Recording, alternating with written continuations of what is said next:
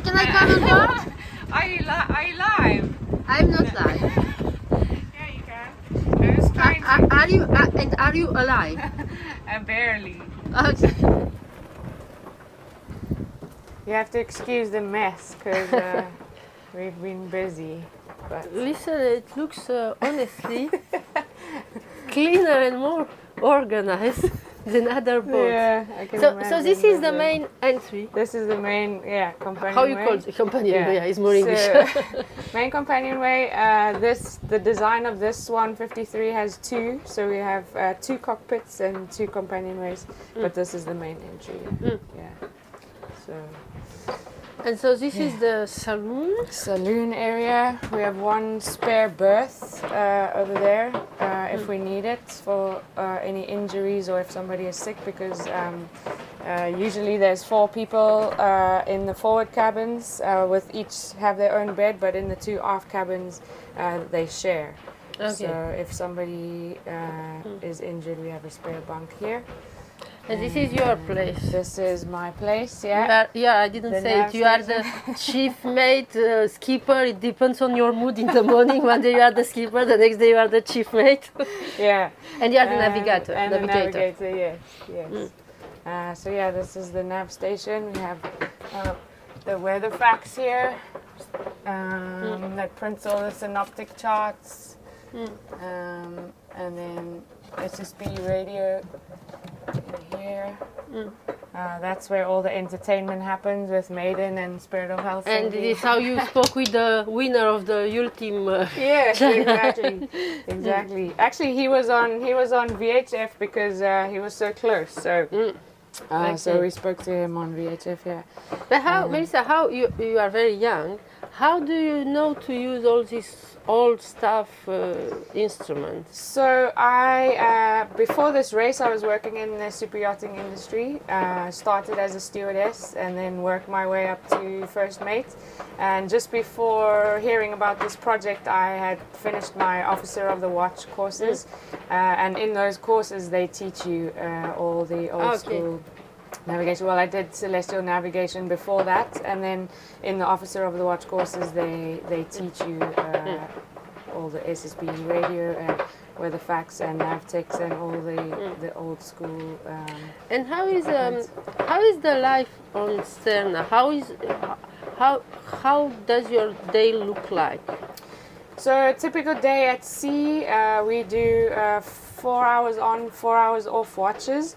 But we have, it's staggered, so 2 new people come up every 2 hours.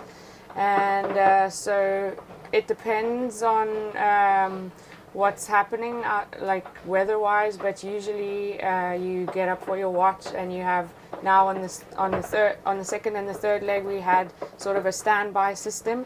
So for the first hour and a half you can make your coffee and have your breakfast and wake up slowly, as long as you're ready to go in case something is happening, if we need to do a sail change or jibe or tack or any maneuvers. We have on the OGR we have a schedule with on the SSB radio where it's the HF buddy chats. So if that's usually at 2100 Zulu or 0900 Zulu, and there's also a French chat. So whoever's up at that time is usually Ebru. Has been designated as the radio person. She loves it, so she does the French chats, and then it will either be me or Mathieu that does the English chats even. And you are on Sterna. You are, I think we can say, a young crew, because most of you are very young. So you have your watch system. Do you do the watch? Young people with young people, and how you can be young and live for so many weeks and months a young person life? Because you make your coffee, you are alone, you are in your bed for 2 hours, on your watch for 2 hours. Here, do you really spend time in the saloon? Like hardly. Well, we did. on the first leg, hardly at all, because the first leg you generally have really good weather, so everybody loves being on deck, and so they read in the sun and outside mostly. But on the second and third leg, yes, we were here quite a lot, and you're with your watch partner all the time. So yeah, we try to mix things up, so it's not.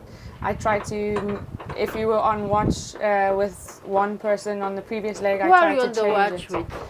I was on watch with Ben, our Japanese, that joined us for this third leg, and I've been previously on the first leg. I was on watch with Aurora, our youth crew, and then second leg it was Justin, but because we then lost Rufus a week into the second leg, we were only 7, so I was kind of roaming.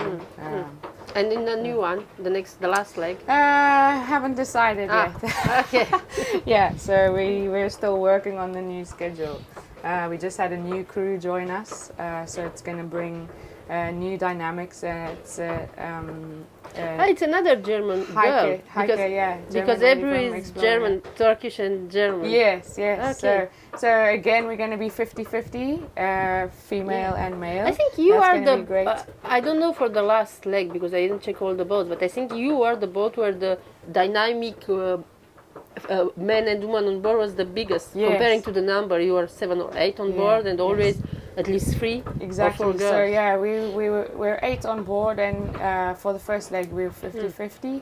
And then this last leg we were 3, and now we'll be 50. And daughter, because we are in the kitchen, I'm very curious to see where are you sleeping. But before of that, what kind of food do you eat? Because it's so different in every boat. Some people really want to cook, and some other not. What's the? So we cook 1 meal a day, but so we usually dinner, and everybody gets a turn to cook. So we have in the schedule there's a. You get your turn to cook, you get your turn to clean, and you get your turn to wash dishes, and it rotates. But when the weather is rough, you still cook, or you just eat dry food? It depends.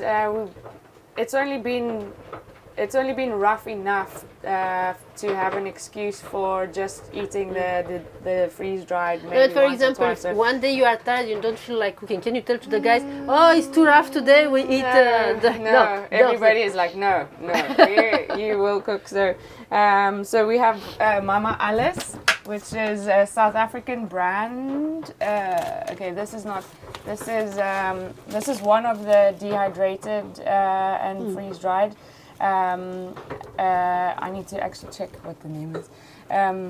It's fun because generally the dehydrated food is a lot of packaging. Yours is like a homemade one. Yes, and this is enough for 4 people. And then let me get the other one.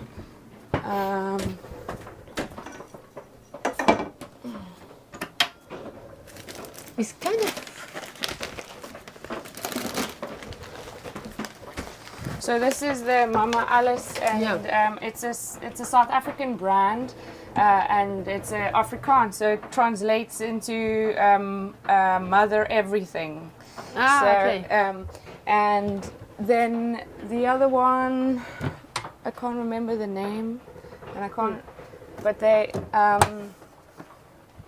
think it's Food Co. We need to edit this because they're really good, and they send us a menu. So we have 6 numbers, and each number is a different flavor. So there's rice and couscous and pasta also. And so these, if it's really rough and it's too dangerous, I guess, to use the stove, then we can eat these, or they've been designated for lunches. So if these are enough for 2 people and this is enough for 4 people, so you kind of ask who feels like having lunch together, and then we'll share that. Or people just generally, we bake bread quite a lot, so if there's bread for lunch, or people have and I saw in your tweets you also do brunches every Sunday. Yes, brunches every Sunday, and on the second leg we had my mom made us brownie mixes, so we would have brownies halfway through the week, so on a Wednesday, and usually combine that with a team meeting, and then brunch every Sunday. Actually, in this book, you are like a scout camp. It's all super organized. But how? I assume at the beginning you also have fruits and veggies a little bit. Yes, in the beginning, some fresh stuff. Not that much though, mostly just fruits. But how the body cope? Maybe it's a question of an old person to a young one, so maybe your body don't You're not have that this old. kind of questions. I'm wondering, because at land we eat a lot of fruits and veggies, maybe today even more than in the old days. How, when you go for weeks in a boat, your digestion can cope with this kind of dry food, dehydrated food? It's for me actually it hasn't been that bad. I can't speak for other people. I think some people did really struggle, especially in the beginning, and also usually at the start of the race everyone is a bit seasick still, or still getting their sea legs back, and then but for me, I mean obviously at home I don't eat dehydrated vegetables, but on the boat I don't generally eat much different to on land, and it Do was you eat really more in a boat surprising. or less when sailing? The first leg less, the second leg and the third leg I ate my way through the whole. It was so cold and quite stressful at times, so yeah, we ate a lot on the second and third, and I think a lot of people picked up weight on the second and third legs, but they lost weight on the first leg, because it's so hot on the first leg and crossing the equator, and there's time to do exercises and tan and read your book, and but on the second and third. Did you already did this leg going north the Atlantic? Do you already know this part of the Atlantic? Did you do it already? No, the boats when we started, we did the Cape to Rio race, which started on the 2nd of January. So South Atlantic, and then we took the boat from Rio to the Caribbean, and then Caribbean across to. Do you know already that it might be one of the hardest leg in this race? Yes, for sure. Mentally, definitely, and also it's still the North Atlantic in basically winter. It's only going into spring by the time we get to the UK. So yes. So you are prepared to that? Yes, I mean. Bad weather, no wind, the doldrums. Exactly. The physical tiredness, how you say? Yes. The body tired, yes. and mental, being with the same people since 5 months. Since 5 months, that's probably the hardest part, I think, and everybody is tired and everybody just wants to get home, and so mentally it's gonna be super tough. We are on the third leg. We broke both spinnaker poles, and we only got one spinnaker pole back. Did you fix them? Yeah, one. So we got one. So we have to be very careful with this one really? spinnaker pole that we have. But it's mostly going to be upwind. Yeah, but it's a very technical, because if in the Southern Ocean the wind changes direction and from nothing to too much, at least it's from behind. Now it's so technical. The North Atlantic is. Yeah, exactly. I'm wondering, in this race with so many amateurs, boats and crews, I'm very curious to see on the tracker how the people will manage, because it will be so technical. Yes. The distance, the difference will be so big. Yeah.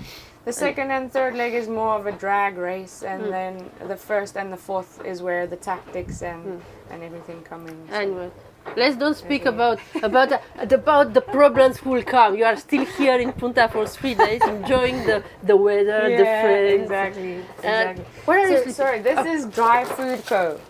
So also a South African brand. Okay. Dry Food Co. I couldn't remember the name, but incredible company. They send you a menu and say thank you so much for choosing really? us, and yes, Cool. and write you a little note to say thank you for choosing. This is cool. Yeah, they're really great.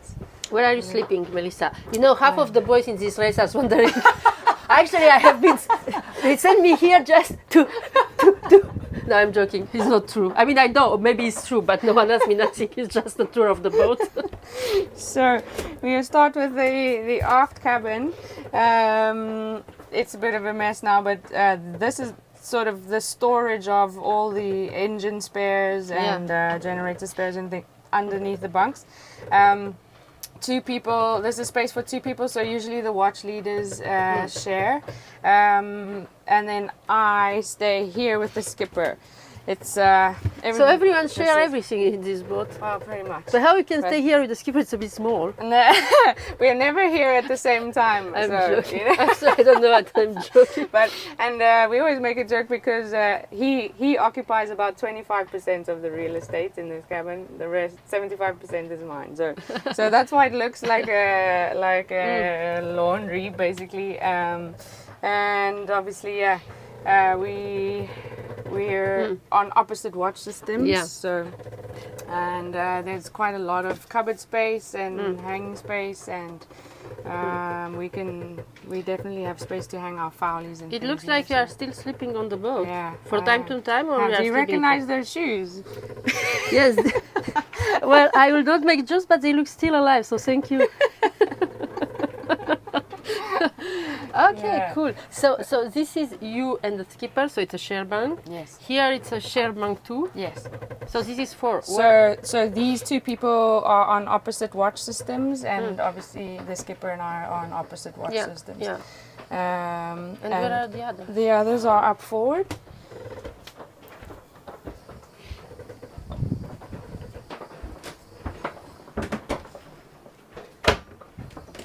So,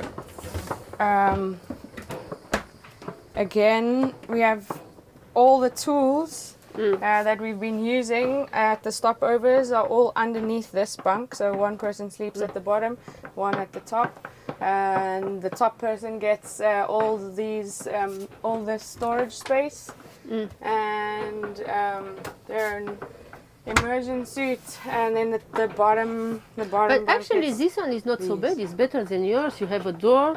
You don't have everyone coming in. No, no, it's a question because I'm not sailing. No. We're actually quite lucky on our side. There's a lot of privacy. So actually, the two people sleeping on the port side. That's where everybody passes through the whole time. So yeah. And Mathieu, when he on the third leg, he's too long for the bunk, so his feet stick out. So every time people go past, they knock his feet and wake him up. So I think he's going to move forward for the next leg. And so this is 2 others? And then 2 others are here, yes. And it's basically the same storage space and same size beds. And then if you want and you have like a proper bathroom? Yeah. Oh, follow you. You can...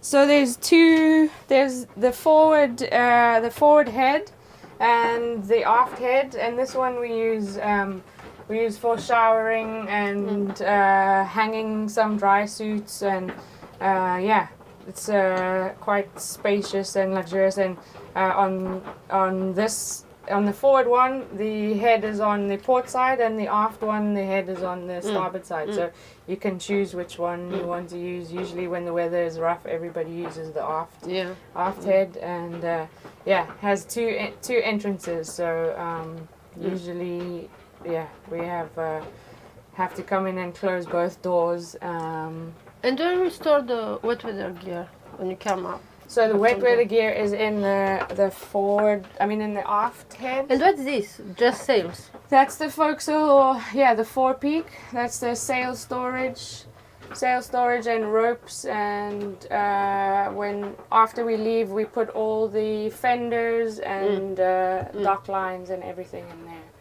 So yes.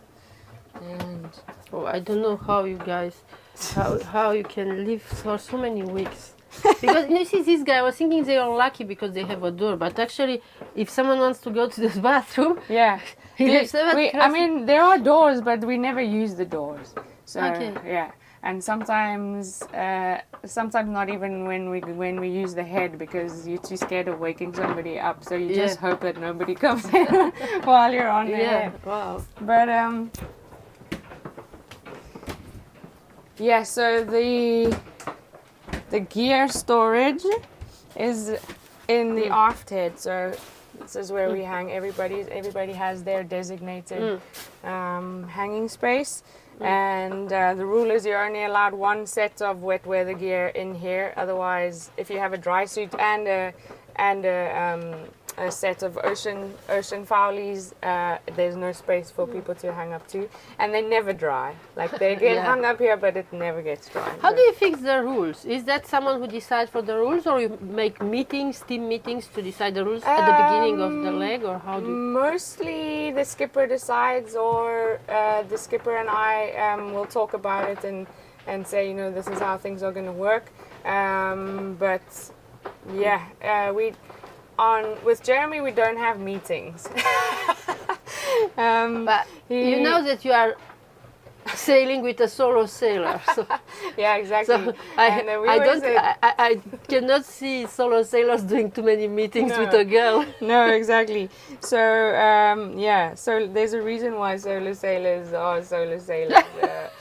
But yeah, generally the decisions obviously are taken by the skipper. So if he decides, this is how it's going to work, or if he wants to do something, he'll usually come and say, this is what I want to do, what do you think?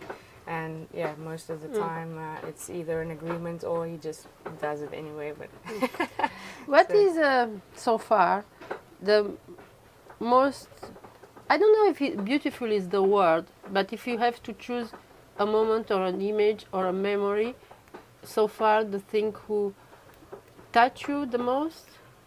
It can be not necessarily in the boat, not necessarily the sailing, but since you left, because you left Southampton in September, you did all the legs. Yes. So, I think for most of us that haven't been in the Southern Ocean before, it was, there's a famous quote that says, the Southern Ocean is where truth and beauty meet.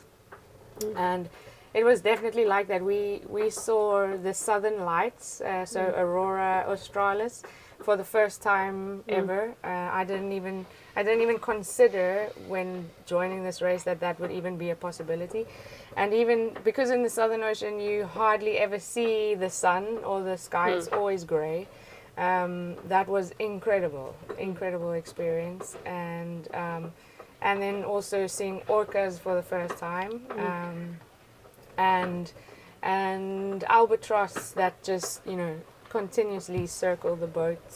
So the nature is the most incredible part, I think, for sure, hands down. And then also, I mean, it's been quite incredible, the camaraderie and the fact that everybody in the fleet is such a big family now. I think. It's what you said yesterday at the speech. We had a captain's dinner here in Punta del Este, and you mentioned that, and it's a bit true. Yes, it's it is like true. Leg after leg. I was saying, listen, I will say something which people might misunderstand. It's just stupid Romanian joke. But leg after leg, I see people hating inside in the boat, being absolutely sick of their crew or of their skippers, and being so much more friendly with the other boat. Yeah, for sure. I'm joking, but it is absolutely normal because, I think when you're a professional skipper and you are doing a race, first of all, I don't know a race which is so long. Yeah. And you are paid for, and it's your job. When you are cruising, you cruise with friends or family. Yes, exactly. And here, you didn't choose. No one chose the crew, and you have to live with people that you didn't choose for weeks and weeks. I think it's only Dominique that has his family boat, and he's with people that he chose. But the rest of us, yes, everybody after 6 weeks or 7 weeks, you can't wait to see the other people. And it's crazy how you don't know them. You've only just met the people from the other boats, but you miss them when they're not here, and you really look forward to seeing them. And for us, we did the Cape to Rio race with Translated 9, so we met Vittorio for the first time then, and right from the beginning he said we're family now, and and every time he sees you get a huge hug and a big kiss, and he's always very friendly, and it's incredible. Somehow, Melissa, I was thinking when I see you guys having drinks together or speaking with the people on the pontoon, a lot of things are not easy in this race because most of the people don't have a sponsor and don't have money. But one of the beauty of this race is also to don't have big professional preparator of the boat, because today in all the races I met, the skippers and the crew are so busy with the sponsor, with the functions, with the thing, and we lost a little bit of this human contact and camaraderie. And this is, for me, it was one of the most beautiful part of this race. Yes. Anyway, so Yes, what? for I sure. let you organize your boat. I think you have the food arriving this afternoon. Do you see how much work we still need to do? I don't ask you what's the worst memory, because the worst is for coming, I'm sure. I just wish you good luck. Thank you so much. And can't wait to And, see you in maybe in Southampton or in France or somewhere, or in Cape Town. Cows. Who Are you knows? going to be in Cows? I don't know. We will see. I didn't show the outside of the boat, but it's a bit. It's a little bit like you don't have differences specific. I think outside. No, if you've Let's see if your you've been on spinnaker. Triana, then Yeah, not yet. Then we're the Let's same. just. It's windy and I don't have my wind protection. I just want to see what is your spinnaker poles. How Yeah. they look like. Up. So this is the new one that we got, the new spinnaker pole. It's the same as the old one, so we just have to be really careful with it this time. But you cannot have two. Why you want to work? There's no budget for two. Oh, at the really? moment, yeah. So unfortunately, as you just said, both the main struggle I think in this race is budget and also manpower, I guess, because we can't pay people to help us, so we rely a lot on I guess donations and people helping where they can for free and wanting to just be a part of anything. So yeah, there was no budget for another spinnaker pole. Wow. So So you'll go for 6 or 7 weeks, all the Atlantic back with one spinnaker pole. but this leg is going to be mostly upwind. Yes, So yeah, we'll just baby it completely. Then the white shadow start to get Yeah. already to do the food. What should I wish to you? I don't know, for the leg or maybe for the after OGR? What should you wish? What should I wish to you? You should wish that we don't take another 50 days to get there. that we get there quite soon. Maybe less than 6 weeks, hopefully. So the shortest leg and the safest one, because it's gonna be the hardest, and everybody is tired, and yeah, I think. I wish you all that, Melissa, and a lot of joy and great moments. Yes, thank you. See you soon.